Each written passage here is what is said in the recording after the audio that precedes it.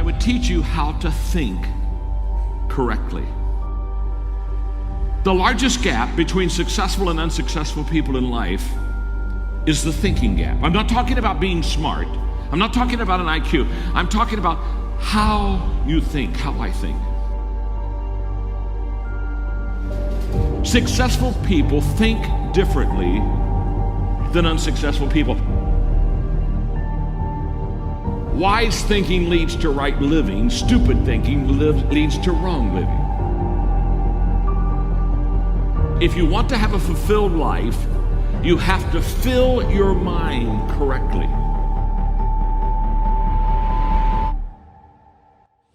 Right now, you need to focus on today. And what I realized so many leaders don't understand is that truly today matters. And we overestimate what we could do tomorrow. We over-exaggerate what we did yesterday, but we underestimate what we can do right now. The only time you have, the only time I have, is now. So the question for all of us is, what am I doing with now? The great leaders, they're present in the moment, and because of that, they maximize the moment. So if you're tempted to take that faraway glance, well, glance. But get right back to the present moment. Because today you're preparing to make tomorrow a success.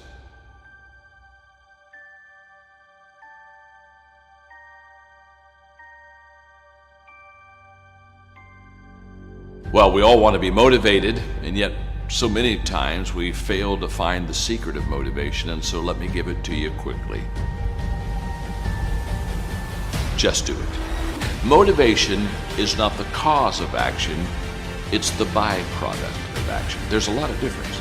If I think motivation is the cause of my action, then I'm going to wait to be motivated before I do something. But if I realize it's the byproduct of my action, then I'll start doing something. And then guess what? Motivation will come up and zap you, and all of a sudden you feel good and you're glad you're doing it. And you're saying, wow, this is truly wonderful. So let it be the byproduct of your life. Don't let it be the foundation for the actions that you take in your life. Nothing comes to you until you commit yourself. Nothing comes to you if you're just going to try, but you're not committed. Nothing comes to you if you're just thinking about it.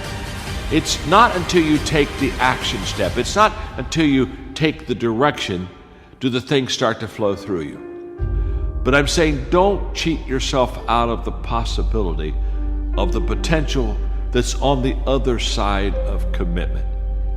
Stay with it long enough to find out if there's any fruit in it. You can do goal setting with a pencil, but you have to do goal getting with your legs. You got to take action. And it's the action that separates us. The greatest gap in this world is the gap between knowing and doing. Knowing is goal setting. Doing, now that's goal achieving. People that are knowledgeable about habits say that it takes 30 days for a habit to become a habit. Now, habits can be good and habits can be bad. And so over a period of time, you can either be developing habits that are going to help you, or you can be developing habits that are going to hurt you.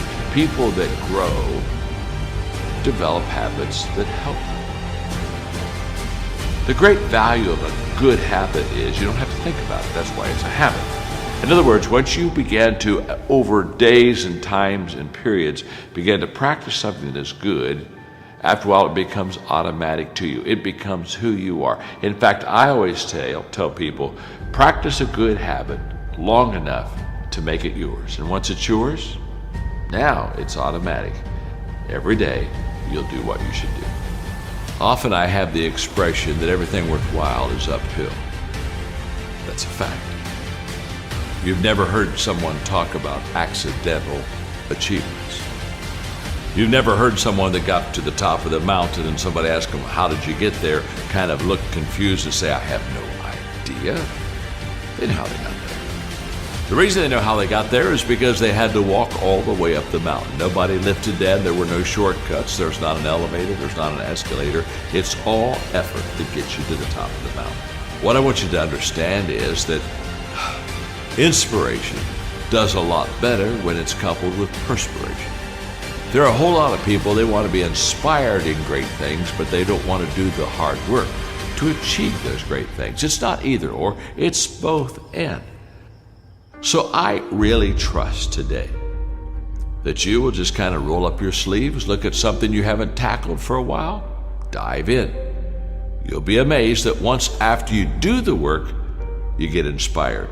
Don't wait to get inspired before you do the work.